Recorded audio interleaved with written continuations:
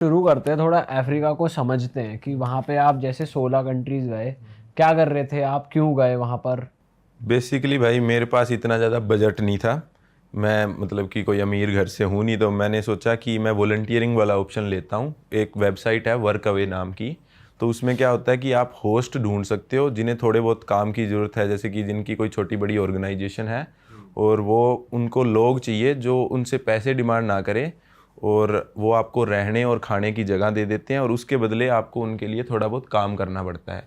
तो लगभग मैंने हर कंट्री में अलग अलग टाइप के काम किए और बहुत ज़्यादा अलग अलग रिजॉर्ट रहते हैं वहाँ पर, उनके अंदर काम किया, जैसे कि गेस्ट को अटेंड करना रिजॉर्ट के अंदर, स्कूल में बच्चों को पढ़ाना। मोजाम्बिक के अंदर मैंने एक मैरीन सेंचुरी के अंदर काम किया।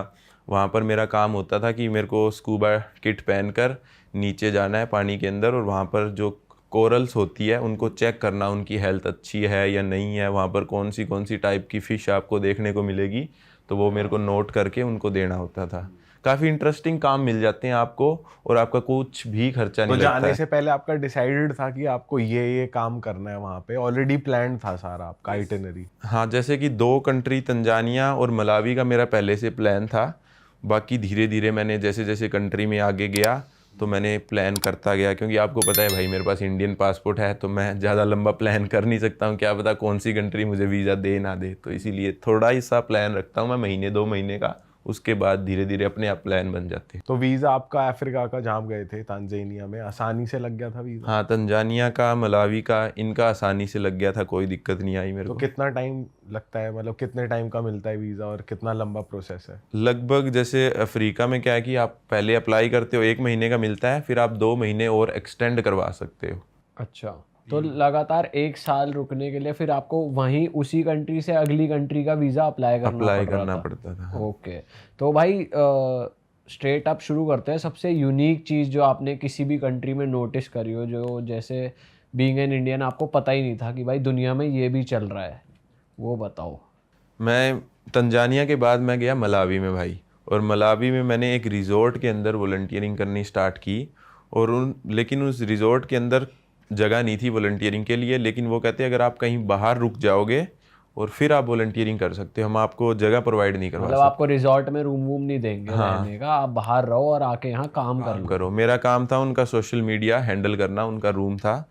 तो बाहर मेरे को एक बंदा मिला जो उसी के रिजॉर्ट के अंदर बार में काम करता था।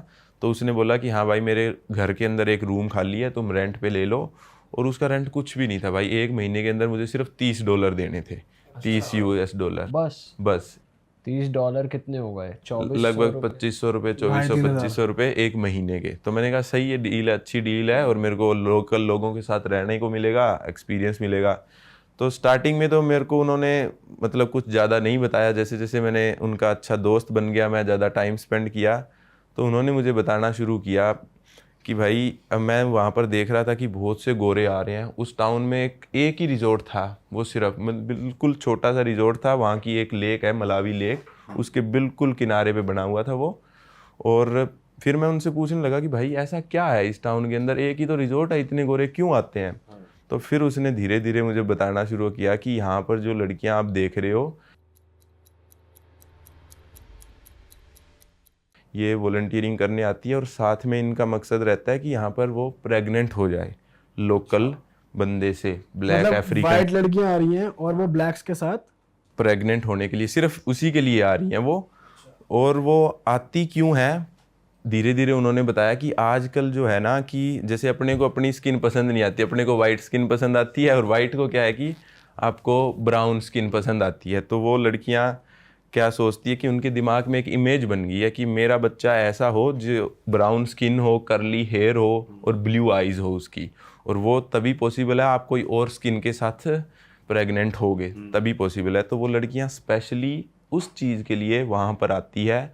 और जो जिस बंदे के साथ मैंने रेंट पे ले रखा था, उसके खुद के 5 बच्चे हैं अलग अलग कंट्रीज़ में। अच्छा। उसके खुद के, पहले तो उसने मुझे ये चीज़ नहीं बताई थी, उसने मेरे को फ़ोटोज़ भी दिखाई अपने बच्चों की। जैसे इटली में उसका एक बच्चा था, एक यूके में, और वो लड़की कुछ कई बार उसको यूके में बुलाती भी है अपने बच्चे से मिलने के लिए। अरे वाह। मतलब फ्लाइट वो देती हैं? हाँ, खुद सब पैसा। और आज भी उनको पेमेंट दे रही है, वो जैसे वो बोल देते हैं कि आज मेरे पास पैसे नहीं है, मैं सर्वाइव नहीं कर पा रहा हूँ, तो वो लड़कियाँ वहाँ से उनको पैसे भी भेजती है। और जितने भी लड़के मेरे को उस टाउन में मिले, सब लड़कों के साथ कोई ना कोई लड़की प्रेग्नेंट थी, हर एक बंदे के साथ। तो कुछ ऐसा भी है कि उनके जीन्स कह लो बहुत ज्यादा तकड़े हैं वहाँ के अफ्रीका के लोग, जैसे होता है कि भाई मतलब वो वाला जो गांव है जहाँ आप गए थे वो ज्यादा और भी ज्यादा कुछ ऐसा था कि तगड़े थे? हाँ शायद हो सकता है भाई, इसी यही रीज़न हो, लेकिन क्योंकि आप अपने को इंडियंस को भी यही लगता है ना कि अफ्रीकन्स के जीन जो है बहुत ज़्यादा तकड़े हैं, और मतलब कि एक डिफरेंट वे साइज बहुत लंबा है। साइज बहुत लंबा है। और पता है क्या है कि लड़कियां वैसे बोल देती है, आजकल आप छोटी बड़ी रील वगैरह देखते हैं, उसमें क्या होता है कि साइज डजंट मैटर ना, पर ऐसा कुछ भी नहीं है भाई। मैं खुद लड़कियों से बात किया यूरोपियन से, जो आपकी अच्छी फ्रेंड बन जाएगी, वो आपको बताए कि हाँ साइज मैटर करता है। अच्छा जी। नहीं तो अगर साइज मैटर नहीं करता था वो चाइना क्यों नहीं जाती, थाईलैंड क्यों नहीं जाती था वो चीज़ भी। हाँ तो अफ्रीका में एट द एंड मैटर करता है। एट द एंड मैटर करता है। और अगर मतलब कि लड़कियां यही बताती है आपको कि अगर आपको यूज़ करना भी आना चाहिए, अगर आपका साइज़ बड़ा नहीं है तो आपको यूज़ करना आना चाहिए। और अफ्रीका में अगर किसी को यूज़ करना भी नहीं आता है तो उनका साइज़ पहले से बड़ा है, तो उनको ज़रूरत भी नहीं है सीखने की। और वापस मैं टॉपिक पे आता हूँ भाई उसी पे। और बहुत सी लड़कियां उनके साथ ऐसी थी कि जो सच में अटैच भी हो जाती है और उन लड़कों को लेकर भी चली जाती है, जो सिर्फ आती प्रेगनेंसी के लिए है, लेकिन फिर उनको ज़्यादा ही पसंद आ जाए, कुछ लव वगैरह हो जाए तो उनको लेकर भी चली जाती है। वीजा वगैरह वही लगाती हैं, वही स्पॉन्सर कर देती हैं। खुद स्पॉन्सर कर देती है। और उनको यही चाहिए भाई, वो वहाँ पर क्यों रहना चाहेंगे, इतनी मुश्किल लाइफ है वहाँ पर, पीने को पानी हाँ, नहीं बुरा हाल है वहाँ पर। बुरा हाल है, खाने को खाना नहीं है, तो वो भी सोचते हैं कि मैं भी बाहर चला जाऊँ उनके बट साथ। भाई ऐसे टाउन में वहाँ की लोकल लड़कियाँ क्या करती हैं? वहाँ पे लोकल लड़कियाँ वो शादी वादी करते हैं लड़के उनसे, क्या रहता है? अफ्रीका में भाई सही बताऊं आपको, सब कुछ मिक्स चल रहा है, शादीशुदी कुछ भी नहीं है, कोई किसी के साथ सेक्स कर रहा है, कोई किसी के साथ सेक्स कर रहा है। और लड़कियों की बात मैं बताता हूँ भाई, वहाँ पर कुछ गोरे भी आते हैं, लौंडे। हाँ लौंडे आते हैं, और वो उन लड़कियों के साथ भी चले जाते हैं, उन लड़कियों को भी लेकर चले जाते हैं। पर ज्यादा यार ये लड़कियां ले जाने का कल्चर पहली बार सुन भाई रहा हूँ। पहले तो एज अ स्लेव ले जाते थे, पहले तो स्लेवरी थी। कुछ लोग आएंगे लेके चले जाएंगे। लेकिन आप जो स्लेव वाली आपने बात बोली, वो स्लेव ही है आज के टाइम, उनको इतनी रिस्पेक्ट नहीं मिल पाती है आज के दिन। मतलब जैसे आप बता रहे हो कि वो प्रेग्नेंट होने आ रहे हैं, तो तब उनको स्लेव थोड़ी कंसिडर करते होंगे, तब तो उनसे जैसे अटैच भी हो गए या कुछ हो गए, या सिर्फ उनका एक ही काम है कि आप बस सेक्स करो हमारे साथ, बाकी आप दूर रहो ये हमसे। सिर्फ बिजनेस है भाई एक तरीके का, मतलब ये उनके लोकल लोगों को पता है कि वो लड़कियां आ रही है इसीलिए आ रही है, हमें पैसा मिलेगा, उनकी अटैचमेंट नहीं है इतनी, कोई खुद को लड़की की हो गई। जो लेके जा रही हैं अपने साथ और साथ ही रख रही हैं, तो उस वे में तो रिस्पेक्ट सही होगी ना। हाँ फिर उनकी रिस्पेक्ट सही है, लेकिन फिर वो क्या है कि अब देखो एक अफ्रीकन बंदा एक अफ्रीका में रहा हुआ, अब उसको बाहर वहाँ चली गई, वहाँ पे तो 100 ऑप्शन दिखेंगे भाई, वो उस लड़की के साथ क्यों रहेगा। मेरी कुछ ऐसी दोस्तें भी मेरी बनी हैं जिनका रिलेशनशिप था उन लड़कों के साथ, और जब वो उनको वहाँ लेकर गई उन्होंने उन्हें छोड़ दिया। मेरी खुद की अच्छी दोस्त है, मेरी आज भी उससे बात होती है, इटली की वो लड़की है, वो खुद बताती है मुझे कि मेरा अच्छा रिलेशन था, वो जब मैं यहाँ थी मेरे साथ अच्छा बिहेव करता था, बहुत अच्छे से मेरे साथ रहता था, लेकिन जब मैं वहाँ उसको लेके गई ये टोटली चेंज हो गया। वहाँ जाकर खुल गया वो, खुल गया मतलब और ऑप्शन मिल और गए। ऑप्शन मिल गया उसे। भाई लड़के हर जगह सेम ही तो है, देख। हाँ हाँ सही बताऊं लड़के हर जगह सेम है भाई, कोई भी कंट्री में आप चले जाओ आपको ऐसा लगता है कि अलग होंगे, वहाँ यूरोपियन ऐसे कल्चर में बड़े हुए हैं, ऐसा कुछ नहीं है भाई, लगभग सारे। बट भाई वहाँ पर ये कुछ चीज, ये आपने कि ये जो पर्टिकुलर स्टेट बताया वहीं पे हो रहा है ना ये चीज की, लड़कियां वहाँ पे आ रही हैं। वहाँ पे आ रही है हर जगह थोड़ी, साउथ अफ्रीका में अफ्रीका में ये सब चल रहा है, हर स्टेट में थोड़ी हो रहा है। हाँ मतलब कि मैं तंजानिया में भी गया हूँ, तंजानिया में जो जांजीबार आइलैंड है वो बहुत ज़्यादा सुंदर है, वहाँ पर वो तो शायद पार्टी आइलैंड है। हाँ पार्टी आइलैंड है एक तरीके से, ज़्यादातर लोग वहाँ पर पार्टी करने ही जाते हैं, वहाँ की बीच वगैरह बहुत सुंदर है।